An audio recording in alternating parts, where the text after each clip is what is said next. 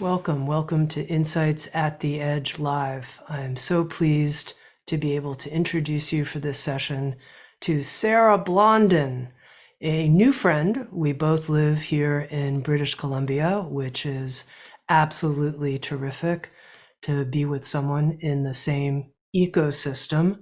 Let me tell you a little bit about Sarah.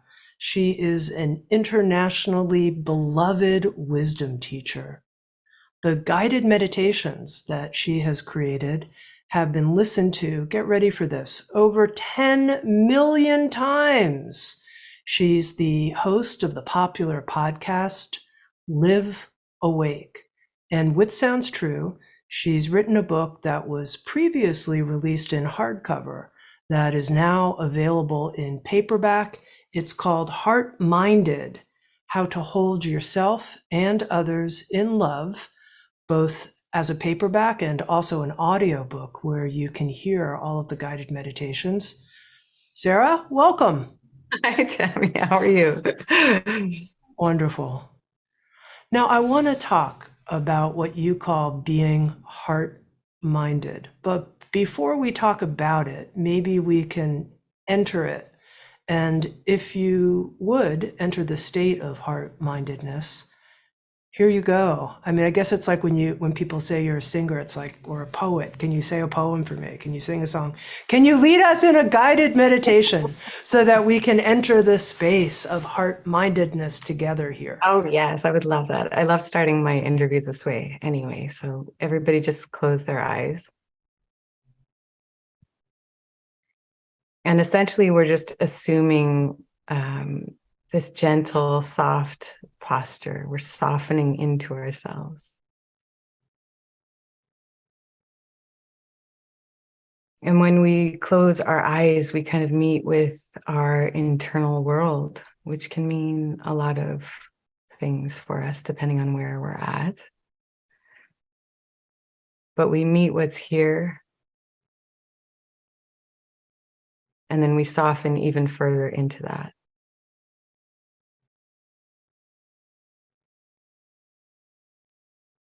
And often I find physical touch, so touching the heart physically, can help a lot. And then I just imagine that the heart is actually breathing.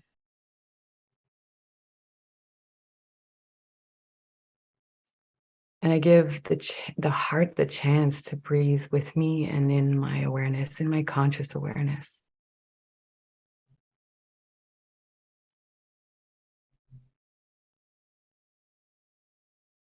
And this gentle act of just turning toward the heart actually just relieves a lot of our rushing, our running. It's almost as if we're climbing down a ladder from the mind and our doing, this really strong operating system, and looking for a different way to be in this moment.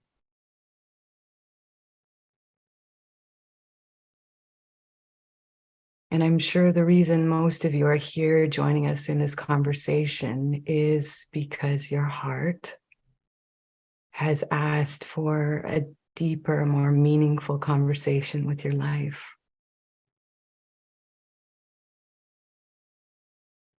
So it's important when at the threshold or at the gate of these moments to really bring the heart online with you. Just in a reverent act of remembrance, which can be quite radical.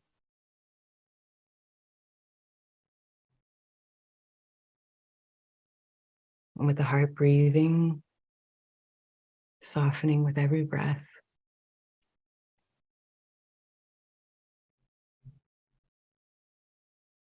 And I always say to myself when I come home in this way, I am here in this body, I am home.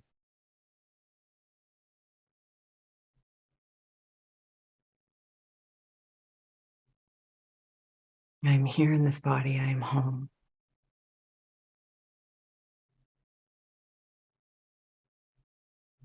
And to me, that's kind of like turning on the lights inside the heart, inside the body, down from the mind.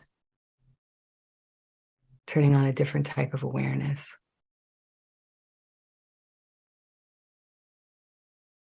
And we lean back as far as we can into this place. And bringing it with us in our listening now, in our being together now. So just opening your eyes when you're ready.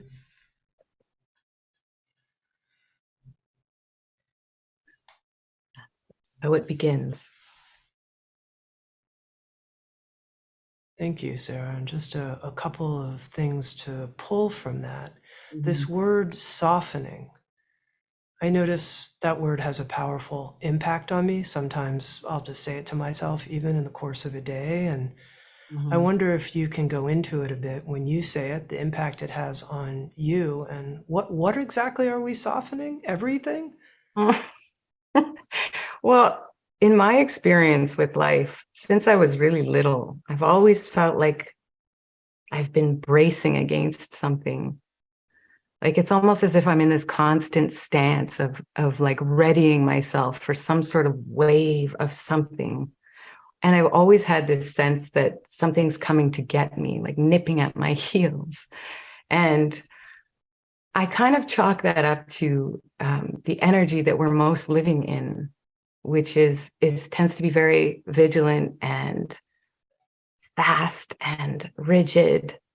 And I think it's because we've forgotten to tend to this part within us that the scale is tilted so heavily towards this very automaton type of existence. So the softening to me is such a visceral reminder as well, and a word to just help me remember that there is another way to be inside of this, and that there isn't a wave coming to get me, and to remember that I can sit in a different way. And then immediately my body kind of opens and becomes more porous, and I'm more available, and I'm more awake, and I'm more alert. I'm not living in a very, I feel like it's like a scarcity mindset, or it's just very fear-based. So softening is important, I think, for all of us. We just haven't been taught how to do it, or that it's important. And when you talk about, putting our hand on our heart and bringing our energy into the heart center, do you have a feeling that it's almost like the center of gravity in you shifts, or in the people who are listening, that there's a shift from feeling all this energy in our head to our heart being bigger or more central? Or how does that go, do you think? When I close my eyes, that is exactly the feeling. It's almost as if something kind of softens, expands, opens, and grounds all at the same time. So I not only become far more aware of a bigger version of myself and a larger capacity to kind of hold my experience, I'm also aware that I've been living in another very polar kind of existence. So to see that those two polarities are operating at all times, and to know that I have the power to actually wield and maneuver myself to sit in this softer, more available self is quite frankly something that I don't understand how this isn't taught to our children or in schools, because it's so ignored, so that we always live in this upper part of our being instead of this other one that's just it's right beside them. We're walking down with one foot in either at all times. So, but we're heavily focused on the tight grip, you could say. And then you talked about coming home in this moment into our bodies right now. And you mentioned the lights going on inside, or some reference to light in the body. And I'm very curious about that, what that's like for you. I'm just going to check to see how it feels when I feel it. Thank you.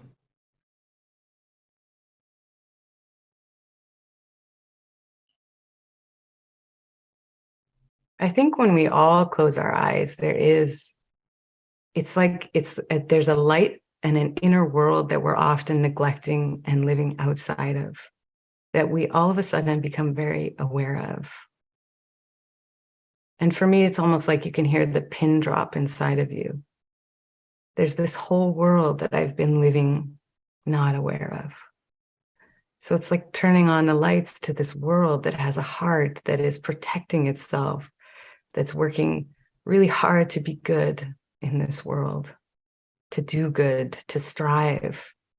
And yet, paradoxically, there's another part of us that's longing for our communion and our union with it. Turning the lights on, closing the eyes, and feeling the heart is just that. It's realizing that we've been neglecting one part of our experience. And that's why, when I wrote Heart Minded, I could sense that there was such an ache that accompanied the homecoming. It was almost like a pain of meeting a long lost twin or something that you have spent your whole life without, and finally coming into reunion with this part of you. And that's why I really wanted to write the book, because that part of the homecoming is necessary. That ache is actually how the heart begins to open, suffuse, and take space in our being. But it's the part we're most afraid of, and it's why we live so divided and so estranged from this part, because we haven't really had the conversation around how to approach this part of ourselves, how to be in process with this part of ourselves. We've been so taught how to be in process in the world for the most part, how to go, do, be, get. And no one has given us a process for this inner languageless world. And there was a really powerful line I heard when someone said, we're born with, and I don't remember who said it, but we're born with a whole language and we only know half of it. And I think the half we don't know is this world, the one that lights up when we close our eyes and we go inside. That's the one we don't have language for. And when I was a really little girl, I used to sense there was an inner world inside of everyone. Everyone was a walking contradiction. I could see and feel it. And it made me really uncomfortable, because I didn't feel like part of it was responsible, was conscious. So it felt like it wasn't safe. Something in me, how a horse, if you go up to a horse, it's really fascinating. The horse is literally operating gut based. So it's in its gut. And if it meets your energy and you have any sort of kind of conflicted energy, it will be far, it'll pull back. It'll be like, something's not sound inside this body. And that's what I sensed when I was little, was there was something unsound, because it wasn't being looked at. It wasn't being talked about. And if you were to talk about it, it was like, don't tell me I have pain, and don't make me look at my pain. And I remember my mom saying that a lot of her friends didn't even want to be around me, because they felt as if I was looking into the soul, and they were uncomfortable, because it's almost like we don't want to see this part of ourselves. We're so divided. We're just looking this way. And there's this whole other world that needs tending and cultivating and nurturing in order for us to feel safe to the world and to others, Now, Sarah, I wanted to start not just with the meditation, but then having you point to some of your inner experience of this inner world, because it's one thing to talk about heart-mindedness, and it's another thing to actually get to really start to taste it and swim in it, which is what I want for this conversation. And here, though, to help us all enter deeply, I want to address the voice that some of us might have, and I have it in me. I'm going to say it for a moment in a kind of sarcastic way, because believe it or not, that's how it occurs in me, which is, oh my God, one more Sounds True author asking me to put my hand on my heart. I don't know if I can take it. Like, one more time, really? And, I recognize this judgmental part of me. And it comes up and it's like, oh God, really? This is really what we're going to do. This is really what we're going to talk about. And, it's interesting, because you and I had a conversation about heart-mindedness a few years ago. And one of the things I could track in my experience is how my judgmental nature has gone down a lot. And I'm like, oh, that's so interesting. It's not as loud, like previously, maybe it was at this volume and now it's at this volume.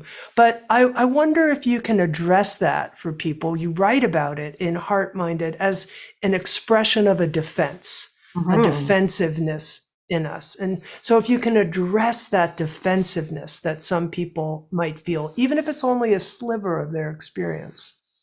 I still feel that experience. I'm not immune to that part of, I call all of these kind of habits very knee-jerk, built-in things that are just like, I don't even want joy. You know, I feel like there's a part of me that's even resistant to feeling joy. These are all these automatic, don't go there. We don't live in that place. We stay up here. It's not safe here. And so I can't see an existence where I'm divorcing myself from that automatic part of me. So the only thing I would kind of urge people to do is just to, well, what is that voice stopping you from doing? Why do we not, how can you embrace that voice and say, yes, I understand you're here. You're the gatekeeper. And am I willing to just for a minute, just challenge that voice and say, yeah, I can bear to spend another minute with my hand on my heart. Why is this hard for me? Because I think that is a question that we should all be asking ourselves. Why is that hard for me? If somebody asked me to do that with every moment, why do I avoid this slow, soft version of myself? Why is this hard? And once you start asking that question, that's like the probing of the heart, right? That's why can't I live here in this place when I really want to? I don't think you could honestly say, I don't want to live there. I don't want to live in a way that feels tender and available and open-hearted. I don't want to do the work that reminds me I have a heart. You do want that, right? For your life.